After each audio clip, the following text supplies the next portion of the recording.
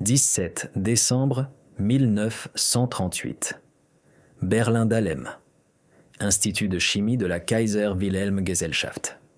Dans les salles de laboratoire qui sentent l'acide, le verre et le métal humide, après avoir bombardé de l'uranium avec des neutrons lents, les chimistes Otto Hahn et Fritz Strassmann obtiennent un résultat qui ne rentre dans aucun schéma habituel de la physique nucléaire.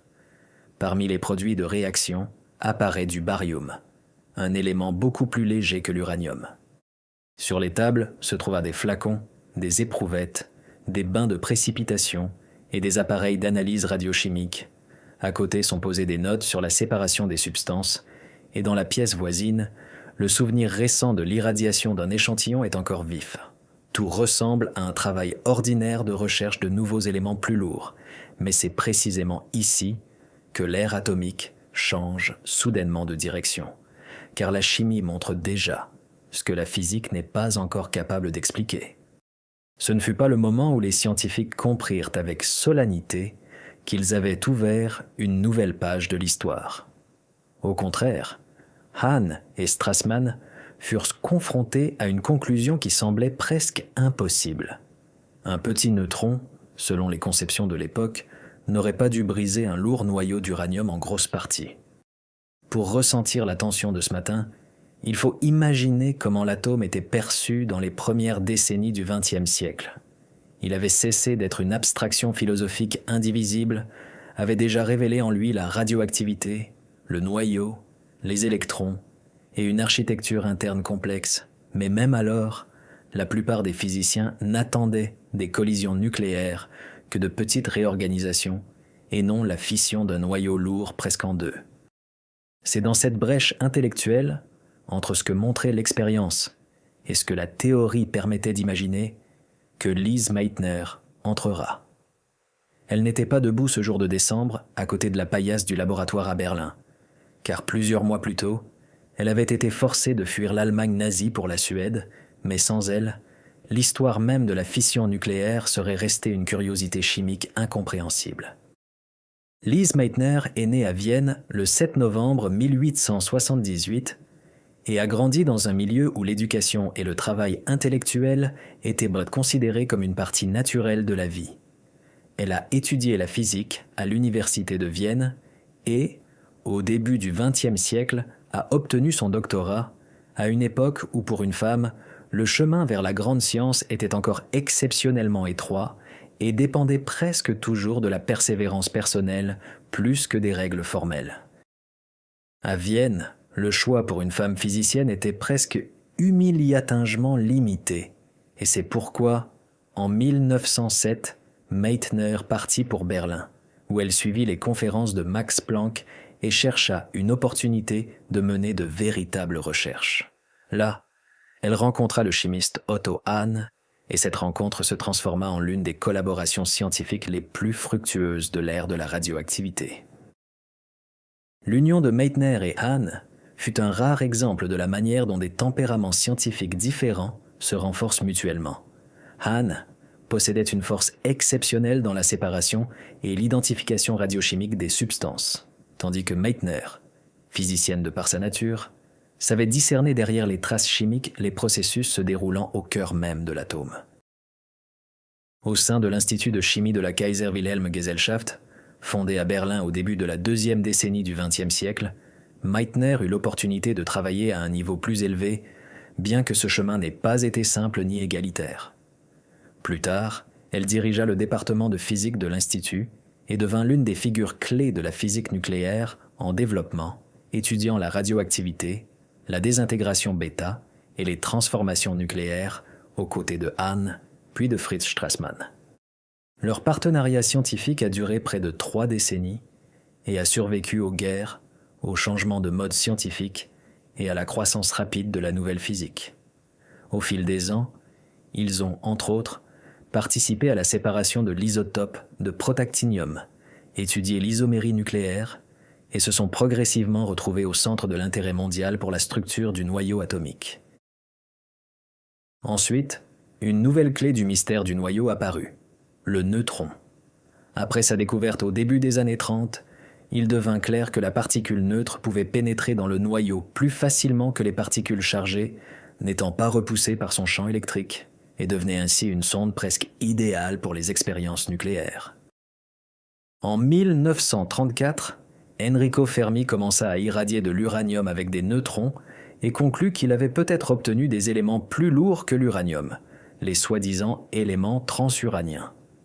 Ce domaine devint immédiatement l'un des plus passionnants en physique et en chimie, car il promettait d'élargir le tableau périodique et d'expliquer comment les noyaux changeaient de nature sous l'action des neutrons.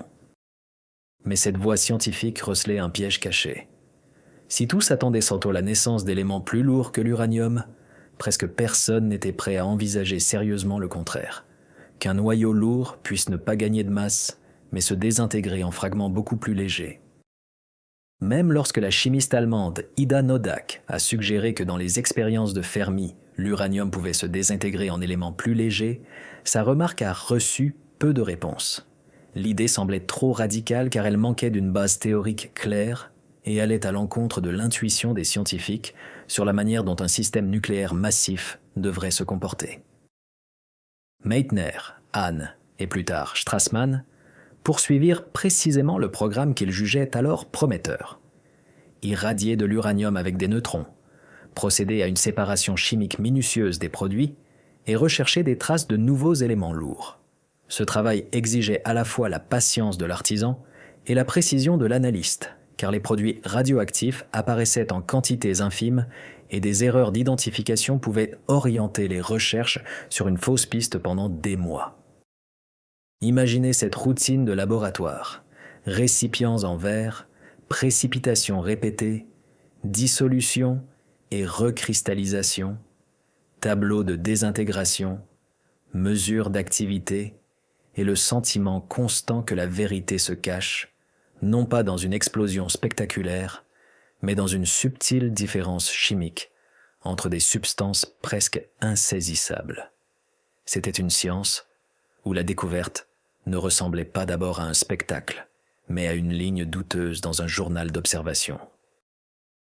Mais alors que la physique progressait vers son grand tournant, l'Europe se dirigeait vers une catastrophe d'un autre genre. Après l'arrivée des nazis au pouvoir, la situation des scientifiques juifs en Allemagne devenait de plus en plus dangereuse. Et pour Meitner, d'origine juive, l'espace de travail scientifique se transformait progressivement en un espace de menace. Elle essayait de rester à Berlin le plus longtemps possible, car la recherche était l'œuvre de toute sa vie et le laboratoire scientifique était sa véritable maison. Cependant, après l'Anschluss de l'Autriche, à l'été 1938, la protection que lui offrait sa citoyenneté autrichienne avait disparu et il devenait réellement risqué de rester. À l'été de la même année, Meitner quitta l'Allemagne et s'installa en Suède. La fuite fut précipitée et pénible. Elle ne partait pas en tant que scientifique triomphante, mais en tant que personne expulsée de sa propre biographie scientifique par un régime politique vers l'incertitude. À Stockholm, elle obtint une place à l'Institut Nobel de physique, mais les conditions y étaient bien plus modestes que celles auxquelles elle était habituée à Berlin, et l'atmosphère elle-même lui semblait froide et distante. Pourtant, le lien avec Hahn ne fut pas rompu. La correspondance continua, et Meitner participa toujours par la pensée aux recherches qui se déroulaient physiquement sans elle. C'est l'une des contradictions les plus amères de son histoire. Plus la science s'approchait de la découverte qui allait changer tout le XXe siècle, plus la femme, sans qui ce chemin serait difficilement imaginable, s'éloignait du laboratoire. Pendant ce temps, à Berlin, le travail s'accélérait. Hahn et Strassmann, suivant le programme précédent, vérifiaient à nouveau les produits d'irradiation de l'uranium par des neutrons lents, dans l'espoir de comprendre les résultats étranges et de préciser la nature chimique des substances formées. Le 16 décembre, Fritz Strassmann procède à l'irradiation d'un échantillon et le lendemain matin commence la laborieuse séparation des éléments et la mesure de la radioactivité. Vers midi, les données convergent vers une image qu'il est désormais impossible d'écarter comme une simple erreur. La substance obtenue ne se comporte pas comme du radium, mais comme du barium. Pour le chimiste, c'était presque une condamnation de l'hypothèse précédente. Si du barium était effectivement présent dans les produits de réaction, cela signifiait non pas la naissance d'un élément super lourd, mais quelque chose de bien plus étrange et de plus destructeur pour les anciennes conceptions du noyau. Et c'est là que le récit se resserre avec une clarté presque insoutenable. Dans un laboratoire berlinois, un fait apparaît qui ne rentre pas dans la théorie existante, et en Suède vit un physicien capable de donner un sens à ce fait. Anne comprend qu'il doit informer Lise Meitner du résultat, malgré le danger politique d'une telle correspondance et malgré le fait qu'elle ait déjà été écartée de la structure officielle de leur travail commun. Il lui écrit au sujet du barium mystérieux, envoyant en réalité par-delà les frontières et les régimes non seulement une lettre, mais aussi l'une des questions scientifiques les plus fatidiques du siècle. Lorsque cette lettre parviendra à Meitner, l'histoire entrera dans sa phase décisive. Car la prochaine étape ne sera pas une nouvelle analyse chimique, mais un saut intellectuel où l'expérience, l'exil, l'intuition physique et la froide précision du calcul s'uniront dans une explication qui a donné son nom à la fission nucléaire. Une lettre de Berlin parvient à Lise Meitner en Suède dans les derniers jours de décembre 1938, alors qu'elle vit déjà en exil forcé et tente de poursuivre ses travaux scientifiques loin du laboratoire qu'elle a aidé à construire pendant presque toute sa vie d'adulte. Dans ces lignes, Otto Hahn rend compte d'un résultat chimique qu'il juge lui-même presque incroyable. Après avoir bombardé de l'uranium, du barium est découvert parmi les produits de réaction. Et cette conclusion est tellement contraire aux attentes que la lettre sonne moins comme un rapport triomphal que comme un aveu prudent face à quelque chose d'inexplicable. Pour Meitner, ce n'était pas juste un nouvel ensemble de données. C'était un défi pour toute l'image précédente des transformations nucléaires qu'elle avait contribué à créer pendant des décennies, d'abord en collaboration avec Hahn, puis dans le contexte plus large de la jeune physique nucléaire. Elle connaissait ses méthodes, connaissait la précision de la chimie de Strassmann et comprenait que de telles personnes n'auraient pas écrit sur le barium si elles n'avaient pas vérifié le résultat encore et encore. Peu de temps après, Meitner rencontre son neveu, le physicien Otto Robert Frisch, qui travaille alors à Copenhague chez Niels Bohr et vient la voir pour les vacances de Noël en Suède. C'est cette rencontre qui s'est déroulée non pas dans un grand institut de la capitale, mais dans le silence hivernal, loin des appareils berlinois et des chaires officielles, qui deviendra l'une des conversations scientifiques les plus fructueuses du XXe siècle. Imaginez ce moment. La neige, l'air froid, les arbres sombres, le craquement des pas sur la neige durcie, et deux physiciens discutant d'une lettre qui contredit l'intuition de toute une époque. Ils n'ont pas sous les yeux toutes les paillasses de laboratoire de Dahlem, pas la possibilité de répéter immédiatement une séparation chimique, mais ils ont quelque chose d'aussi important, une connaissance approfondie de la structure du noyau et la capacité de voir derrière un fait étrange une nouvelle réalité physique. À cette époque, il existait déjà en physique nucléaire un modèle proposé par Niels Bohr dans lequel le noyau était en partie assimilé à une goutte de liquide. Cette comparaison n'était pas une métaphore poétique, mais un outil théorique de travail. Si l'on imagine le noyau comme une gouttelette compacte et chargée, on peut comprendre pourquoi il reste généralement cohérent, mais qu'en cas de perturbation importante, il est capable de se déformer, de s'étirer et, dans le cas limite, de se scinder.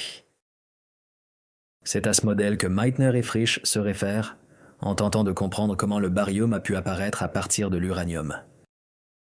Si le noyau lourd, après avoir absorbé un neutron, devenait suffisamment instable, la répulsion coulombienne entre les protons pouvait l'emporter sur les forces qui maintenaient le noyau uni, et alors le système nucléaire géant pouvait effectivement se scinder en deux parties majeures.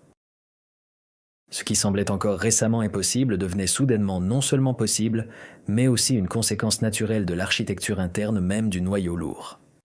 Ce fut un tournant décisif de la pensée. Hahn et Strassmann ont honnêtement montré un fait chimique, mais c'est Meitner qui a compris que le barium n'était pas un sous-produit étrange d'une chaîne de transformation complexe, mais un signe direct de la destruction du noyau d'uranium lui-même en grands fragments. Elle a fait ce que l'analyse chimique seule ne pouvait pas faire. Elle a transformé le résidu mystérieux de la substance en un nouveau concept fondamental. Ensuite vint la deuxième étape, non moins importante. Meitner et Frisch ont tenté d'estimer la quantité d'énergie qui devrait être libérée lors d'une telle fission et ont utilisé la relation masse-énergie pour montrer que si un noyau d'uranium se divisait effectivement en noyaux plus légers, la différence de masse expliquerait la libération d'une quantité colossale d'énergie. Leur calcul a donné une valeur de l'ordre de 200 millions d'électronvolts par fission, soit une valeur dépassant de loin l'énergie des désintégrations radioactives ordinaires et capable d'expliquer l'ampleur des conséquences futures de cette découverte.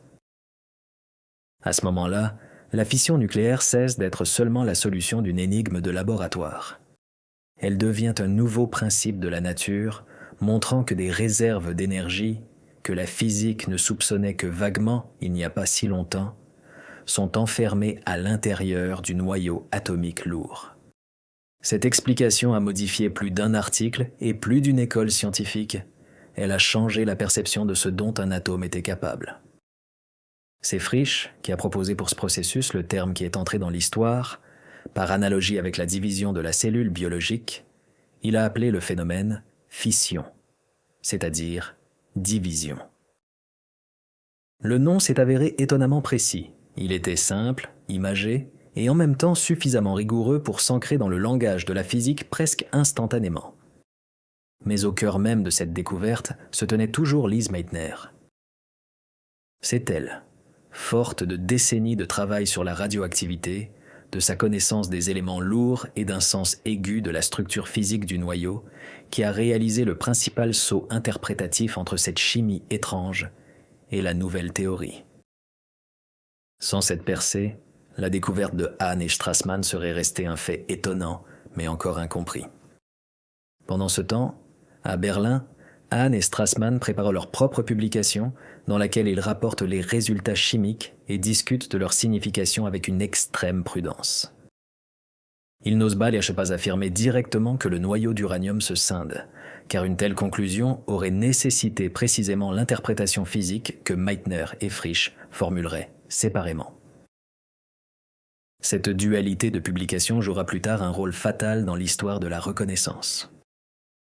Le fait et l'explication se retrouveront séparés entre différents articles, différents pays et différents destins, et dans la mémoire de nombreux contemporains, la découverte chimique et l'interprétation physique commenceront à être perçues non pas comme une chaîne unique, mais comme des mérites distincts d'un poids inégal.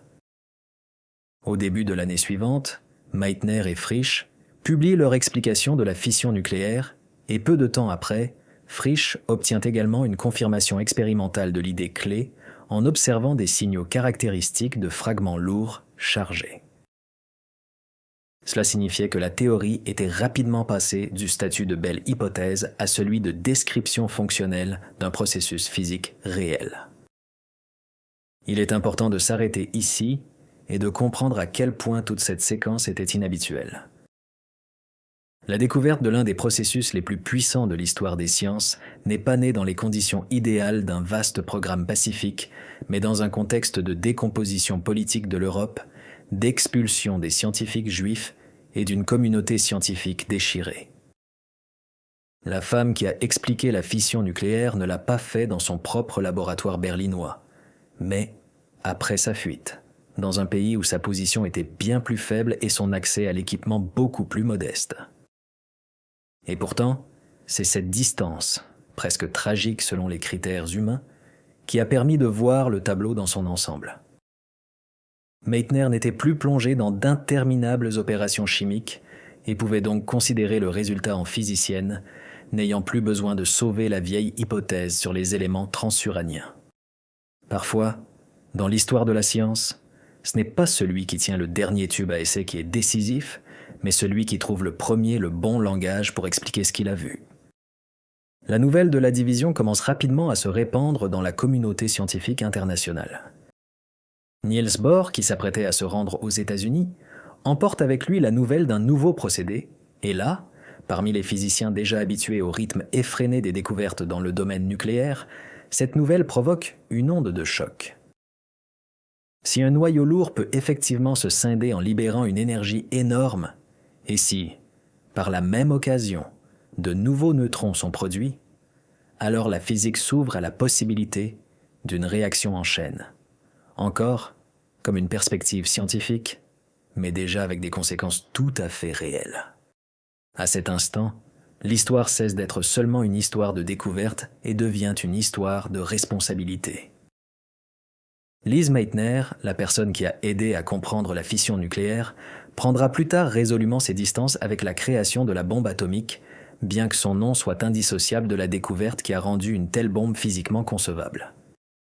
Mais avant que le monde n'en arrive à la guerre, au projet Manhattan et à Hiroshima, il doit encore voir la reconnaissance scientifique se répartir d'une manière qui ne correspondra pas du tout à la répartition des mérites intellectuels réels. La prochaine étape de cette histoire ne se déroulera pas seulement dans les laboratoires, mais aussi dans les comités universitaires, les notes de presse, les calculs militaires et la mémoire d'après-guerre. Et là, la question ne sera plus de savoir qui a vu le baryum, mais plutôt qui a réellement expliqué ce qui s'est passé à l'intérieur de l'atome et pourquoi le monde a été prêt si longtemps à prononcer un nom plus fort qu'un autre. La prochaine étape de cette histoire ne se déroulera pas seulement dans les laboratoires, mais aussi dans les comités universitaires, les articles de journaux, les calculs militaires et la mémoire d'après-guerre. Et là, la question ne sera plus « Qui a vu le baryum ?» mais « Qui a réellement expliqué ce qui s'est passé à l'intérieur de l'atome ?» et pourquoi le monde a été prêt si longtemps à prononcer un nom plus fort qu'un autre. Janvier 1939. New York, Université Columbia. Imaginez le bourdonnement grave des générateurs à haute tension, l'enchevêtrement des câbles et les éclairs verts et rythmés sur les écrans des oscilloscopes dans les laboratoires sombres des sous-sols. L'odeur de l'ozone flotte dans l'air frais, tandis que des physiciens américains assemblent à la hâte des dispositifs pour voir de leurs propres yeux le phénomène stupéfiant qui vient de leur être rapporté par Niels Bohr, arrivé d'Europe.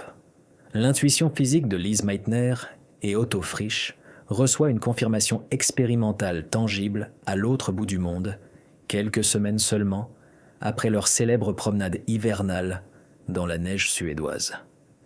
Les puissantes impulsions d'ionisation, enregistrées par les instruments, ne laissent aucun doute. Le noyau lourd de l'uranium se brise effectivement en deux parties massives, libérant une énergie jamais vue auparavant dans aucune réaction chimique ou nucléaire connue. Presque immédiatement surgit la pensée suivante, d'une logique effrayante, qui changera à jamais le cours de l'histoire humaine.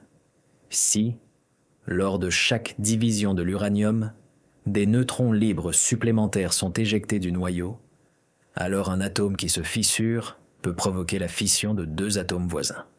Ceux-ci, à leur tour, provoqueront la fission de 4 autres, puis 8, 16, 32, et ainsi de suite, de manière exponentielle. En physique, ce processus est appelé réaction en chaîne. Sous une forme lente et contrôlée, elle promet à l'humanité une source d'énergie quasi infinie. Mais sous une forme incontrôlée et instantanée, elle se transformera inévitablement en une explosion d'une puissance colossale. Et cette pensée s'empare de l'esprit des physiciens, non pas en un temps de paix tranquille, mais au tout début de l'année 1939, alors que l'Europe sombre inexorablement dans le gouffre de la guerre la plus destructrice. À l'automne de 1939, la Seconde Guerre mondiale éclate. La communauté scientifique, autrefois un réseau ouvert d'esprits brillants échangeant des idées entre Berlin, Paris, Rome et Cambridge, est finalement déchirée par les lignes de front et le secret d'État.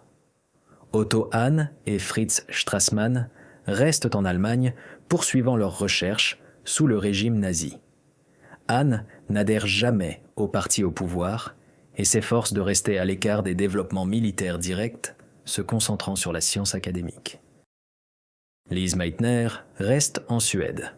pays neutre à cette époque. Sa vie à Stockholm est marquée par la solitude professionnelle.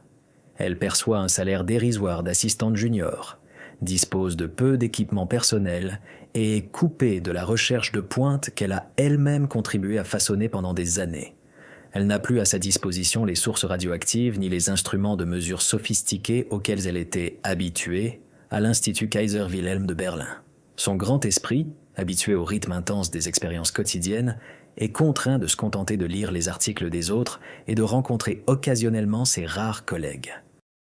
Au début des années 40, alors que le projet Manhattan, un programme secret gigantesque visant à créer une arme atomique, est lancé aux États-Unis d'Amérique, Meitner reçoit une proposition de s'installer en Amérique et de rejoindre les travaux. Nombre de ses amis et collègues, ayant fui l'Europe, y compris son neveu Otto Frisch, se rendent sur la base secrète de Los Alamos pour devancer l'Allemagne nazie dans la création de la bombe. Mais pour Lise Meitner, la science est toujours restée une façon de comprendre la nature, et non un instrument de meurtre de masse. Sa réponse devient l'une des déclarations morales les plus célèbres de l'histoire de la science. Elle affirme fermement qu'elle n'aura rien à voir avec le développement de la bombe. Elle se retrouve parmi les rares physiciens éminents de l'époque à refuser catégoriquement d'appliquer leurs connaissances à la création d'armes. Été 1945. Angleterre, l'ancien manoir de briques de Farm Hall.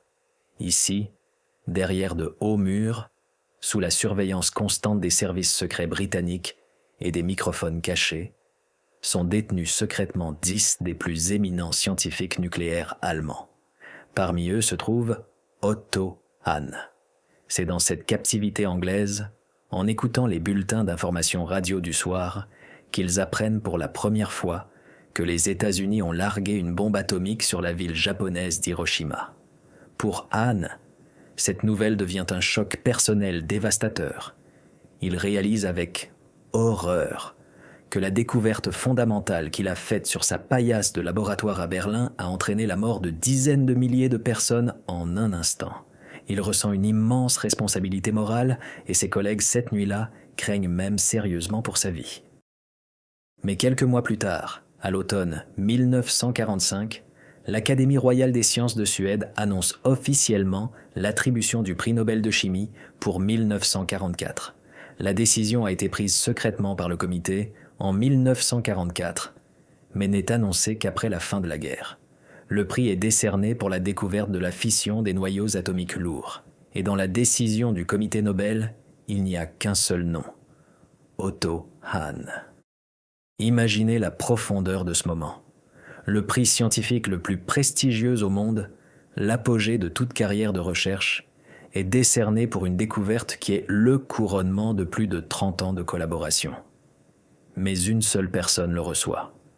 Lise Meitner, la scientifique qui a initié ces recherches, qui a dirigé la partie physique du travail, qui a correspondu avec Hahn chaque jour après son exil politique et qui a été la première à donner la bonne explication théorique du processus, est complètement ignorée par le comité.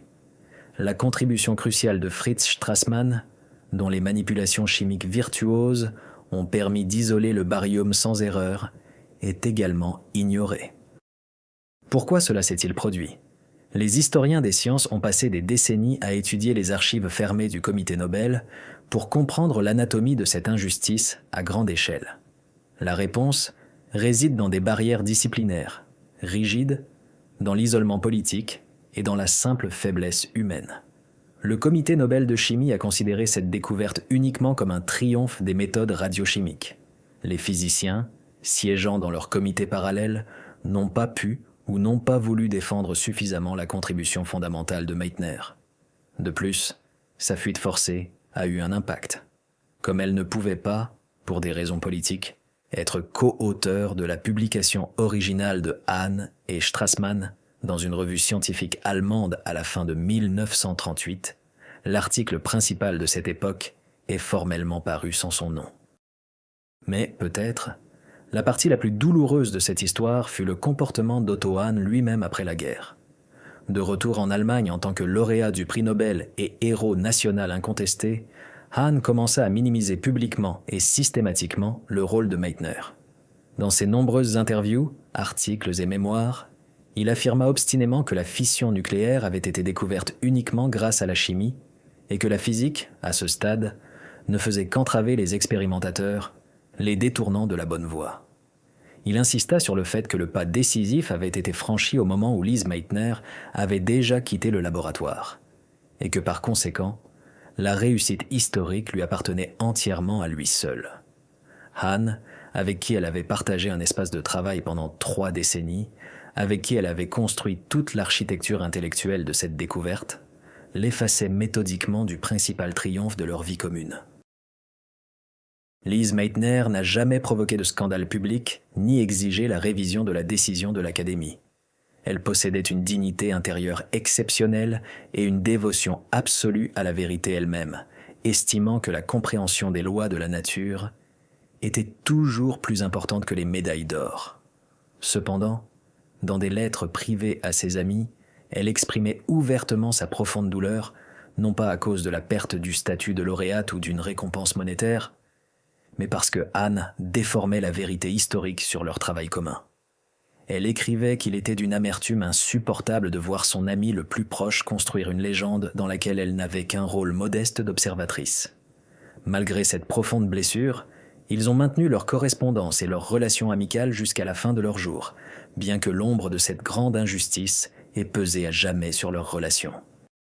Au cours des décennies d'après-guerre, la presse mondiale a parfois appelé à tort Meitner, la créatrice de la bombe atomique, un titre qu'elle détestait sincèrement de tout son cœur, tant pour sa fausseté factuelle que parce qu'il liait le travail de toute sa vie à l'arme la plus terrible de la planète. Elle a poursuivi ses recherches, a donné des conférences dans le monde entier, a inspiré de nouvelles générations de femmes à s'orienter vers les sciences exactes et a reçu de nombreuses autres distinctions prestigieuses. La plus haute reconnaissance de son vivant fut le prix Enrico Fermi, décerné en 1966, qu'elle partagea enfin officiellement avec Hahn et Strassmann comme une égale.